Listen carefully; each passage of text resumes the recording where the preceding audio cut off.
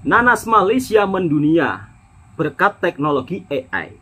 Indonesia kebagian apa? Bukan hanya nanasnya saja ya, bahkan pelancong Indonesia ketika melihat Malaysia dibuat terkejut. Malaysia dalam kemajuan yang begitu sangat luar biasa. Assalamualaikum warahmatullahi wabarakatuh. Apa kabarnya sahabatku semua? Ya, nanas Malaysia menjadi salah satu buah yang sangat diminati dan juga bisa diolah menjadi kosmetik.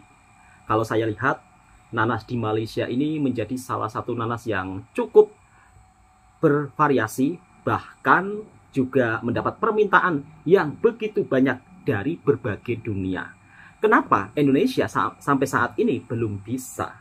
Nah, untuk sahabat-sahabatku semua, ternyata pekerja nanas, pekerja kebun di Malaysia itu juga sebagian datang dari orang Indonesia juga ya, yang bekerja di perkebunan nanas Malaysia. Dan kalau saya lihat cerita-cerita para TKI yang bekerja di perkebunan nanas, mereka pun hasilnya juga cukup lumayan. Bahkan nanas ini menjadi salah satu perekonomian di desa-desa Malaysia, sehingga para petani di Malaysia mendapatkan hasil yang cukup lumayan. Bahkan rata-rata biasanya mereka akan mendatangkan pekerja asing. Jadi kita bisa lihat ya, negara tetangga kita itu mampu memberikan peluang pekerjaan loh bagi para orang-orang yang mencari pekerjaan, meskipun mereka orang asing, tapi dengan catatan yang resmi. Di sisi lain, ketika negara kita banyak pengangguran, justru Pak Menterinya menyuruh untuk bekerja ke luar negeri, solusi mengurangi pengangguran, tapi dengan cara yang resmi. Kemudian kemarin-kemarin saya juga melihat video-video hoak ya. TKI Malaysia pulang, mereka beralih ke Jepang, ke Korea. Padahal kalau kita bekerja ke sebuah negara Korea ataupun Jepang, itu butuh biaya ratusan juta loh. Bukan puluhan juta, ratusan juta, bayangkan. Daripada uang ratusan juta untuk modal kerja ke Korea ataupun ke Taiwan, ya lebih baik kita kembangkan sendiri di kampung halaman, ya kan? Belum tentu nanti kalau ke Korea sukses juga belum tentu. Jadi kalau di Indonesia kan kurang lebih itu pertanian. Rata-rata mayoritas masyarakat desa. Namun di sisi lain pertanian yang ada di Indonesia kalau saya lihat itu memang beda jauh dengan pertanian yang ada di Malaysia. Ini bukan sekedar membanding-bandingkan, bukan ya sahabat semua, tetapi berbagi informasi. Bahkan orang Indonesia sendiri ketika bekerja di Malaysia itu pun juga dibuat terkejut perbedaan sistem kerja di Malaysia dan di Indonesia. Oke sahabat-sahabatku semua, kita langsung reaction videonya. Inilah berbagai reaksi dari netizen ketika banyak pengangguran di Indonesia, warganya disuruh mencari kerja di luar negeri asalkan resmi. Dan untuk bekerja di luar negeri ini bukan asal-asalan ya sahabatku semua. Jadi jangan main ikut saja. Nanti kalau main ikut saja bisa-bisa jadi ilegal di negara orang. Langsung kita simak berbagai reaksi netizen ketika berada di luar negeri hingga sistem kerja di Malaysia itu berbeda dengan di Indonesia. Jadi anak-anak kita nanti banyak yang tidak terserap. Setingkat Menteri Perlindungan Pekerja Migran Indonesia memberikan solusi kepada pengangguran-pengangguran di Indonesia untuk bekerja mencari pekerjaan ke luar negeri. Seharusnya menteri-menteri, apalagi menteri tenaga kerja, sepatutnya mereka memberikan solusi, mencarikan solusi bagaimana caranya menciptakan lapangan pekerjaan di dalam negara sendiri. Bukannya menyuruh kepada pengangguran-pengangguran di Indonesia menunjukkan, memberikan skill kepada negara luar. Seharusnya kita tunjukkan, berikan skill di dalam negara sendiri. Patutlah ada orang mengatakan ya, ada orang-orang Indonesia yang bekerja di luar negara mengatakan kalau nggak ada orang Indonesia negara kalian nggak maju. Seharusnya kita tenaga kerja Indonesia majukan negara sendiri dengan bekerja dalam negara sendiri, tunjukkan skill dalam negara sendiri, bukannya menunjukkan skill di negara orang. Inilah menteri-menterinya ya, nggak tahu apa kerjanya. Mencarikan solusi untuk rakyatnya sendiri aja nggak bisa. Aku keliling Cina buat mempelajari resep sukses mereka memajukan negaranya, tapi sayangnya yang terjadi di Indonesia justru kebalikannya semua ya. Kok bisa? Jadi sejak aku resign kerja di Amerika, aku memutuskan buat keliling Cina untuk mempelajari kok bisa ada negara yang pas aku lahir masih lebih miskin dari Indonesia, sekarang udah jauh banget meninggalkan kita. Dari sana aku menemukan beberapa jawaban ya. Yang pertama, pendidikan di Cina itu dianggap nomor 1. Misal seorang anak SMA di Cina, termasuk istriku dulu, rata-rata belajarnya bisa 8-12 jam setiap harinya, karena mereka rame-rame berkompetisi untuk meraih nilai ujian nasional setinggi-tingginya. Sementara di Indonesia ujian nasionalnya malah dihapus, sehingga anak mudanya pada merdeka untuk tidak belajar. Lalu yang kedua, Cina berusaha memproduksi semuanya secara mandiri. Meskipun awalnya tentu masih belum bagus, sementara di Indonesia kalau ada yang coba bikin sesuatu, dan hasilnya masih kurang bagus, seringnya malah rame-rame diketawain dan bahkan dipersulit. Misal di tahun 2010-an lalu, ada Pak Dahlan Iskan yang nyoba ngembangin mobil listrik. Di saat Tesla dan BYD juga masih di awal-awal, tapi mobil listriknya malah disuruh uji emisi dul. Jadinya sekarang kita cuma jadi pasarnya mobil listrik asal Cina, Korea, dan bahkan Vietnam. Lalu yang terakhir menurutku demokrasi Indonesia sekarang ini udah agak kebablasan sih. Dimana rakyatnya tiap hari sibuk berantem sendiri di medsos, sementara para politisinya sibuk memperkaya diri karena udah keluar banyak di pemilu lalu, dan untuk persiapan di pemilu selanjutnya. Lah terus kita mesti gimana bang buat mencapai Indonesia emas? Ya nggak tahu dul, kok nanya saya? Katanya ada puluhan juta lowongan kerja. Kenapa Menteri Karding meminta masyarakat cari kerja di luar negeri, bantu kurangi pengangguran di Indonesia? Teman-teman sadar nggak? Semenjak pemerintahan yang baru ini, masyarakat itu harus memutar otak. Coba deh baca lagi. Menteri meminta masyarakat cari kerja di luar negeri, bantu kurangi pengangguran di Indonesia. Pengangguran disuruh bantuin pengangguran lagi. Bapak Karding ini adalah Menteri PPMI, Menteri Perlindungan Pekerja Migran Indonesia. Bukan migran ya teman-teman, kalau migran itu pusing sebelah. Ini migran Indonesia. Bapak, ke luar negeri itu gak bisa pakai Delman, gak bisa pakai Gojek, gak bisa pakai Grab. Biayanya juga gak sedikit, banyak, gede. Bener, aku mah gak asal ngomong ya. Ini pengalaman aku, pengalaman adik aku. Adik aku cowok, dia itu dari dulu sampai lulus SMK ya, nilainya bagus, badannya tinggi, tidak memiliki catatan buruk. Sudah melamar ke berbagai kota, ke Bekasi, ke Cikarang, ke Karawang, ke Jakarta, udah. Tapi nggak ada satupun CV-nya yang diterima. Karena apa? Ya anggap aja lah belum rezekinya gitu ya. Akhirnya adik aku memutuskan ingin kerja di luar negeri, memilih negara Jepang. Bapak tahu nggak berapa biaya untuk sampai ke Jepang? Itu bukan 10 juta, 20 juta, tapi 100 juta.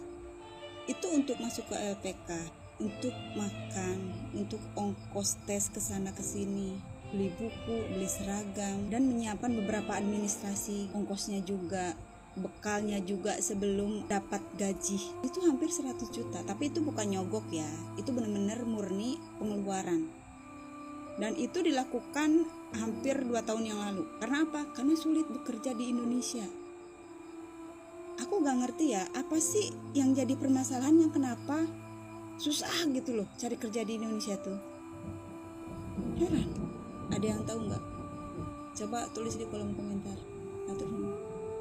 Perintah sarankan pengangguran dan mahasiswa cari kerja di luar negeri. Suatu hari bisa jadi PM Inggris. Ini menarik nih. Nggak salah baca nih saya. Netizen komen. Lah kemarin pada mau kabur malah dibilang nggak nasionalis. Kabur aja dulu enggak, usir aja dulu iya. Diusir dong WKWKWK. Habis-habisan. Masa iya kita diusir sama pejabat sendiri nih? Sering baca Kritik dan Kompas. Ternyata beneran ada beritanya. Kita baca. Menteri Karding minta warga cari kerja di luar negeri, bantu kurangi pengangguran. Nah yang ngomong gini adalah Menteri Perlindungan Pekerja Migran Indonesia. Berarti memang tugas beliau nih buat ngurusin para pekerja migran Indonesia di luar negeri. Kalau zaman dulu tuh sebutannya TKI. Beliau juga bilang siapa tahu warga Indonesia ada yang bisa jadi Perdana Menteri di Inggris. Kayak orang India yang jadi PM di Inggris. Pas beliau ditanya tentang susahnya nyari kerja di Indonesia, beliau bilang itu bukan wewenang dia, tapi wewenang dari Kemnaker, Kementerian Ketenagakerjaan. Bener juga kalau dipikir-pikir. Beliau tugasnya ya menjembatani teman-teman yang mau kerja di luar negeri, bukan ngurus lapangan pekerjaan di Indonesia. Terus Kemnaker ada ngomong apa nih tentang susahnya nyari kerja di Indonesia? Terakhir sih beritanya gini, Kemenaker anggap peserta job fair membludak bukan tanda sulit cari kerja. Katanya sih karena pada semangat dan antusias aja buat nyari kerja, bukan karena nyari kerjanya susah. Bisa kamu baca di artikel ini. Lalu menurut kamu gimana? Saya mau dengar pendapat kamu.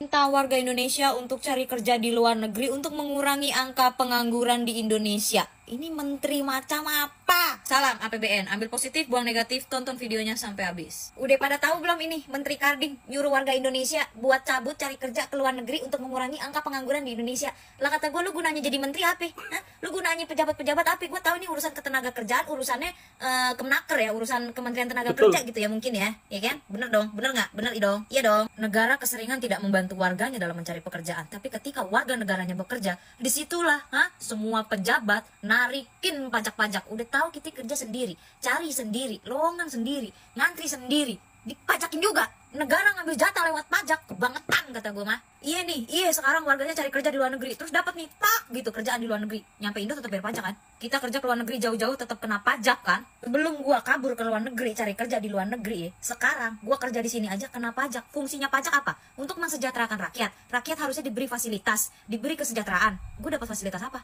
Jalan tol. Jalan tol pun aku bayar. Fasilitas apa? MRT, KRL, bayar kita pun. Jangankan fasilitas-fasilitas umum yang kayak gitu, WC umum pun rakyat bayar. Perlindungan kesehatan BPJS pun kita bayar. Mungkin ada yang gratis, tapi tidak semua pengguna BPJS gratis kan? Tidak semua rakyat bisa gratis kan? Indonesia sering membanding-bandingkan negaranya dia sendiri dengan negara orang lain, dengan negara maju di luar sana, negara manapun itu dibanding-bandingkan sama Indonesia. Sekarang gue deh yang mau bandingin ya, ini masalah BPJS ya, luar negeri, masalah BPJS-nya mereka, masalah asuransi kesehatan mereka, itu udah include sama pajak. Kita BPJS bayar sendiri, pajak bayar lagi. Jangan bandingin negara berkembang dengan negara maju kalau negara lo belum siap diajak maju. Harusnya negara kasih perlindungan dari uang-uang pajak kita. BPJS, oke, pelayanannya. Logikanya di mana? Pajak dibayar rakyat, sekarang rakyat disuruh pergi ke luar negeri.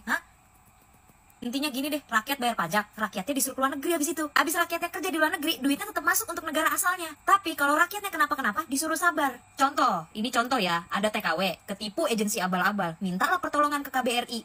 Ditolongin nggak? Ditolongin. Prosesnya, belibet panjang kali lebar, kali tinggi, bagi 2 kali kuadrat. Yang paling epicnya lagi nih, ini si TKW malah justru harus ngegocek kantong dompet uang sendiri untuk balik ke negaranya. Lah terus biaya pajak, biaya perlindungan yang kita bayar ke negara itu buat apa? Buat dibeliin mobil mewah pejabat, buat makan siang pejabat, buat apa? Tiba-tiba masuk berita nih, remintansi TKI sumbang sekian triliun untuk Indonesia. Mantep. Tapi negara mikirin gak warganya yang jadi TKW di negara orang, hidupnya gimana, kerjanya gimana, badannya utuh apa enggak? Pajak jalan, devisa jalan, perlindungan jalan di tempat. Terus solusinya gimana? Ya gimana? Kalau emang beneran mau ekspor manusia, pastiin dulu hukumnya benar dan solid. Training skill, bahasa, sertifikasi. Jangan juga tiba-tiba lu cabut ke negara orang, lu balik ke sini bawa masalah. Jangan juga lu dari sini datang ke negara orang, lu bawa masalah. Kenapa sampai suruh warganya untuk seolah-olah ekspor ke luar negeri, Pak? Di Indonesia udah nggak cukup menampung banyaknya lowongan pekerjaan ya, tapi warganya disuruh vasektomi nggak mau, Pak. Disuruh KB nggak mau, Pak. Gimana dong? Disuruh menjadi TKI dan TKW.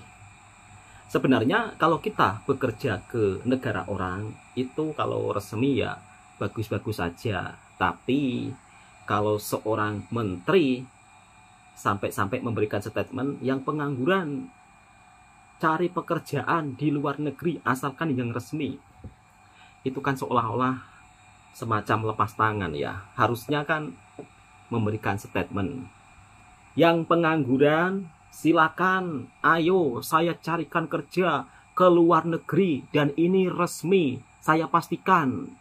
Untuk masalah biaya gratis, saya carikan untuk pergi ke negara ini. Saya sudah melobi di negara-negara yang memerlukan pekerja asing. Harusnya kan seperti itu, dijamin aman, gajian lancar. Ini ceritanya berbeda, ya kan? Disuruh cari kerja ke luar negeri bagi yang pengangguran, asalkan yang resmi. Padahal untuk bekerja ke negara orang itu juga gak mudah. Apalagi sekarang banyak agen-agen yang tidak bertanggung jawab, yang mempromosikan masuk ke negara orang dengan asal-asalan. Dan kalau saya lihat, seringkali saya melihat di media-media sosial mempromosikan, ayo kerja ke Malaysia dengan cara ini, mudah, cukup bawa paspor saja. Bahkan sampai saya mendapatkan pesan seperti ini, Bang katanya bisa buat permit di dalam, itu ya nggak bisa. Oke, untuk sahabat-sahabatku semua, jadi saran saya, kalau mau kerja ke negara orang itu jangan asal-asalan, pastikan punya kenalan saudara sanak famili yang sudah bekerja di negara tersebut dengan resmi. Jangan ikut-ikutan di media sosial yang menjanjikan kerja mudah, kemudian gaji besar itu omong kosong. Dan pada kenyataannya di sisi lain, ternyata orang Indonesia pun banyak yang bekerja di Malaysia hingga terkejut dengan sistem kerja di Malaysia. Oke, langsung kita reaction videonya. Perbedaan lah kita kerja di Indonesia sama Malaysia. Kalau di Malaysia, kalau kerja kita dikasih kemudahan seperti ini. Kalau kerja sawit, ini motor dikasih free, itu motor itu dikasih free, motor, air minum mineral pun dikasih free. Kalau mau kerja contoh mau kerja welding atau kilang welding, sudah ada di situ tulis jabatan kosong, gaji sekian, allowance sekian, kerja hari Minggu double. Kalau mau kerja welding, kalau nggak bisa welding, nggak bisa las, nanti paling disuruh gosok-gosok di sana kan, kerja gosok-gosok ataupun kerja cat sambil belajar welding. Kalau nggak bisa bawa polip, nanti disuruh belajar bawa polip. Kalau nggak bisa potong besi, nanti diajarkan di situ cara potong besi. Contoh kerja di cleaning service, sudah ada di situ ditulis cleaning service, kerja cleaning service, jawatan betul sekali Mas. Cleaning service, gaji sekian, allowance sekian, cuti hari ini udah dijelaskan di situ. Jadi mau kerja dan jujur, kerja di restoran pun sama, udah ditulis jawatan kosong. Kalau mau kerja betul, ini janji rajin apa kerja dan gaji sekian, allowance sekian, cuti sekian. Kerja pabrik kilang, udah ditulis di situ jawatan kosong. Siapa mau kerja 1 bulan berapa hari ini cuti, bonus ada, pinjaman ada, semua ada. Kalau di Malaysia mau kerja di mall, ditulis itu jabatan kosong, gaji sekian, allowance sekian, syaratnya ini, janji kerja. Senang kita cari kerja. Mau kerja potong buah sawit, mau kerja jadi security, dan ditulis di situ, di pelang-pelang, di tiang-tiang listrik, di tembok-tembok, di jalan-jalan tuh ditulis jabatan kosong. Syaratnya jadi security, janji bisa baca, dan mau kerja rajin, jujur, hubungi nomor WhatsApp ini, dan ditulis di situ nomor WhatsApp apa. Mau kerja di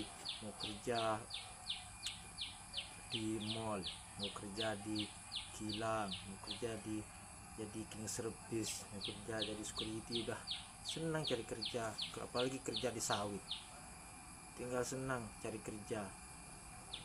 Aku udah macam-macam kerja di Malaysia, jadi security,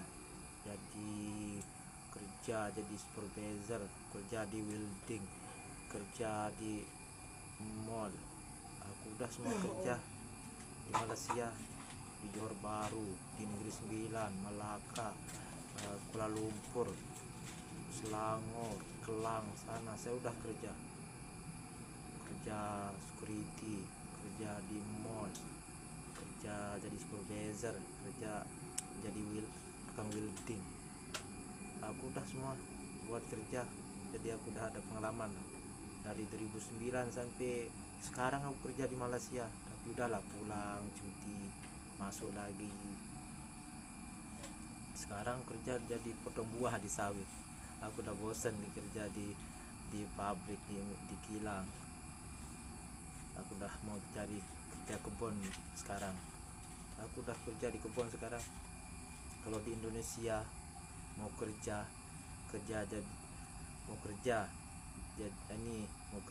di toko di Alfamart, Indomart, mesti ada di situ, harus ada ijazah, di tes ini. Seperti kawan saya 9x9 terus gak tahu jawab, dah ditolak kerja. Ada satu kawan saya kerja mau jadi cleaning service di bank, ditanya ijazah, dimintakan uang, dalam 7 juta ke 8 juta. Terus dia nggak sanggup, nggak diterima kerja. Aku pernah ngelamar kerja jadi security di Indonesia, diminta uang pelatihan dalam 7 juta. Terus itu pun nggak dijamin, kalau udah lolos pelatihan itu nggak dijamin langsung masuk kerja. Nanti mau bayar lagi, kalau uang sogok baru dapat langsung kerja. Aku disuruh kerja, kan aku melamar kerja di security di Indonesia, disuruh pelatihan, diminta uang, nggak dijamin terus masuk kerja. Nanti disuruh nanti dijanjikan kerja di cleaning service, gaji 1.500.000 baru 400 ringgit. Itu pun belum tentu dapat kerja itu. Terus semuanya butuh uang lah, kalau mau kerja banyak syarat-syarat. Udahlah gaji sedikit di Indonesia, terus kita dibikin susah, dibikin ribet, terlalu banyak aturan. Kalau mau kerja di bangunan pun nggak tetap, mau kerja di sawit di Kalimantan, tapi ini orang dalam itulah, calok-calok itu tak sesuai sama perjanjian. Dari kampung sampai ke tempat kerja lah, contoh di Kalimantan, nggak sesuai sama gaji yang dijanjikan dulu di kampung. 1 hari 2 hari di Kalimantan, kawan aku itu nangis pengen pulang, nggak tahan pulang, terpaksa merantau ke Malaysia. Assalamualaikum semuanya. Baru saja kita menyimak berbagai reaksi netizen. Pengangguran disuruh bekerja ke luar negeri, kata Pak Menteri, asalkan yang resmi. Jadi untuk sahabat-sahabatku semua, jika kalian mungkin saat ini tengah menganggur, jangan sampai asal-asalan untuk berangkat ke luar negeri. Apalagi di media sosial dapat info lowongan pekerjaannya, jangan sampai. Harusnya kalau sahabat-sahabatku mau kerja ke luar negeri atau ke luar negara harus melalui PT yang resmi. Dan juga TKI Malaysia dibuat terkejut dengan sistem cara masuk kerja ke Malaysia atau sistem lowongan pekerjaan di Malaysia. Memang agak berbeda jauh dengan di Indonesia. Kalau sistem lowongan pekerjaan di Malaysia dari mulai gaji itu sudah ditulis ya. Kemudian dari mulai fasilitas apa itu juga sudah ditulis. Beda dengan di negara kita yang dimana gajinya itu tidak pernah ditulis di infonya ya. Tapi kalau di Malaysia dijelaskan semuanya. Oke, cukup sekian. Mudah-mudahan informasi ini juga bisa bermanfaat untuk sahabatku semua yang suka dengan videonya Bang Tua Channel. Silahkan tekan tombol merahnya, subscribe, like, komen, dan bagikan ke sahabat Anda semuanya. Assalamualaikum warahmatullahi wabarakatuh.